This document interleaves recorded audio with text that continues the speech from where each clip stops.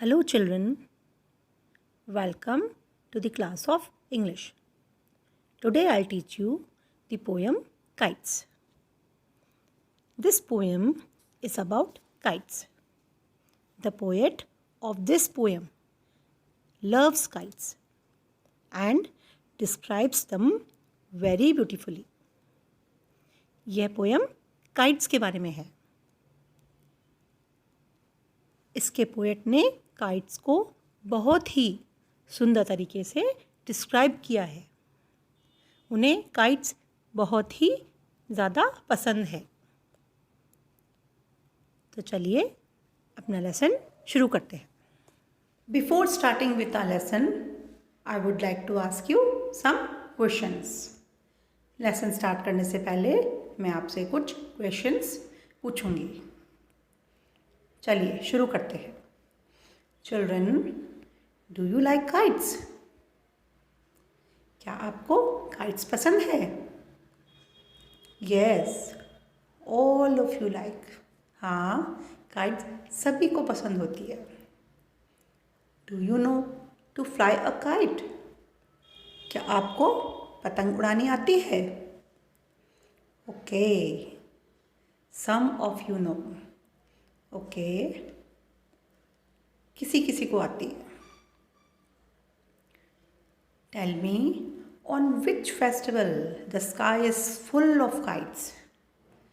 कौन से फेस्टिवल पे, कौन से त्यौहार पे आसमान काइट से भरा हुआ होता है?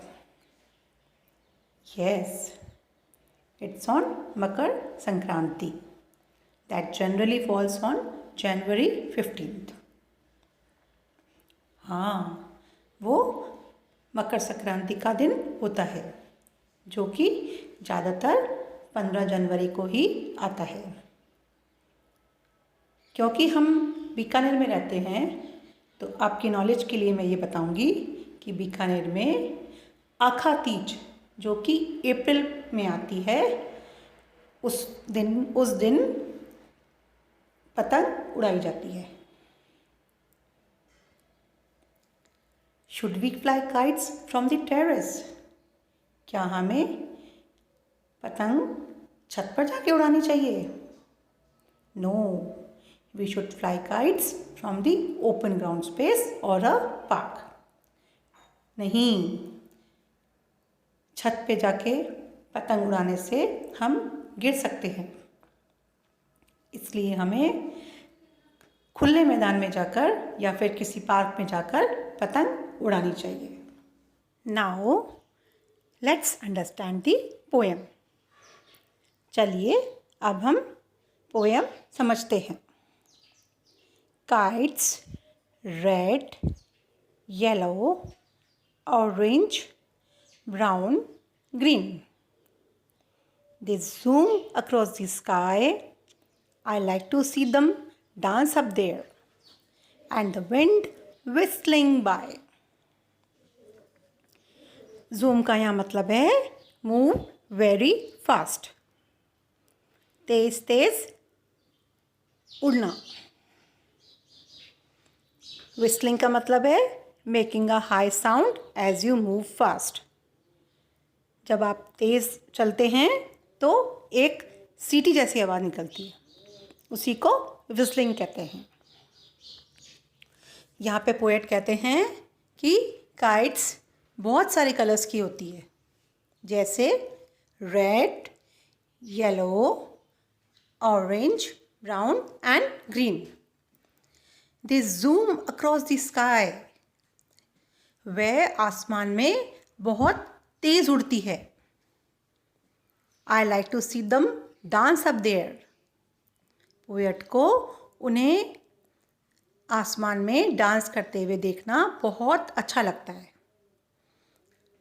And the wind whistling by. और जब वो डांस करती हैं तो उन्हें ऐसा लगता है कि जैसे हवा सीटी जैसी आवाज़ निकाल रही है. तो ये सब उन्हें देखना बहुत ही अच्छा लगता है. Now let's understand the second stanza.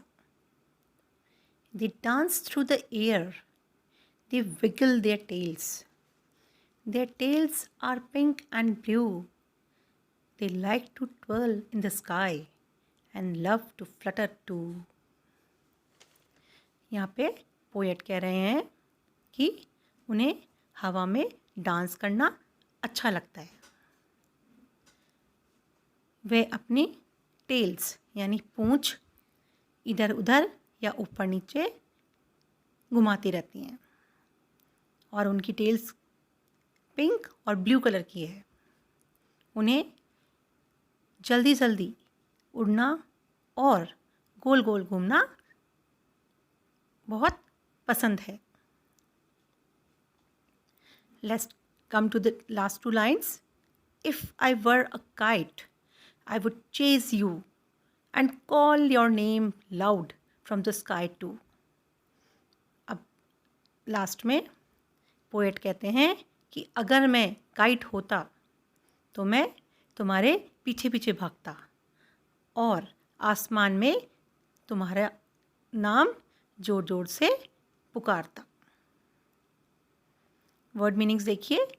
Wiggle मतलब होता है move from side to side और अप एंड डाउन, इधर उधर या ऊपर नीचे हिलना. Twirl turn round and round, गोल गोल घूमना. फ्लटर मूव क्विकली, जल्दी चलना. चेज रन आफ्टर, पीछे भागना. Now will understand the summary of the poem. अब हम इस पोएम का सार समझेंगे. The poet of this poem seems to be very fond of kites. यह पोएम पढ़ के हमें ऐसा लगता है कि पोएट को काइट्स बहुत ज़्यादा पसंद है. He admires kites flying in the sky. Way kites आसमान में उड़ते हुए निहारते रहते हैं.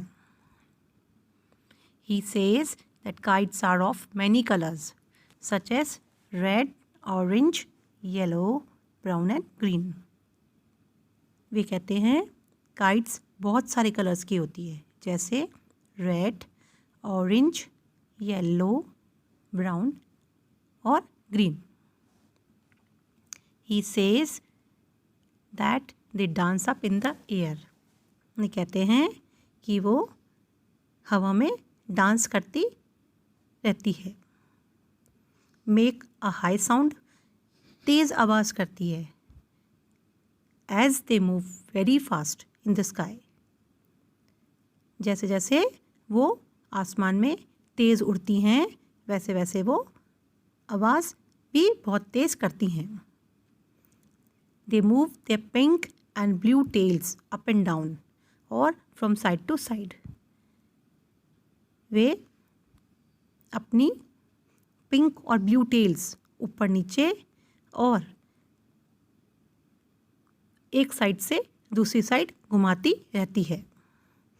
And they also like to move quickly and move round and round in the sky. उनको गोल गोल घूमना अच्छा लगता है और जल्दी जल्दी उड़ना भी अच्छा लगता है. In the last two lines, the poet says that if he were a kite, he would play with them. Last two lines में poet कहते हैं कि अगर वो काइट होते तो वो काइट्स के साथ ज़रूर खेलते. Have fun with them, उनके साथ मज़े करते. Run after them, उनके पीछे पीछे भागते. And also call them by their names loudly in the sky, और आसमान में उनका नाम जोर जोर से पुकारते. I hope you all have understood the poem very well. Read the poem aloud and also learn it. अब तक आपको यह पोएम अच्छे से समझ में आ गई होगी. इस पोएम को फिर से पढ़िए और इसे याद भी करिए. Thank you and be blessed always.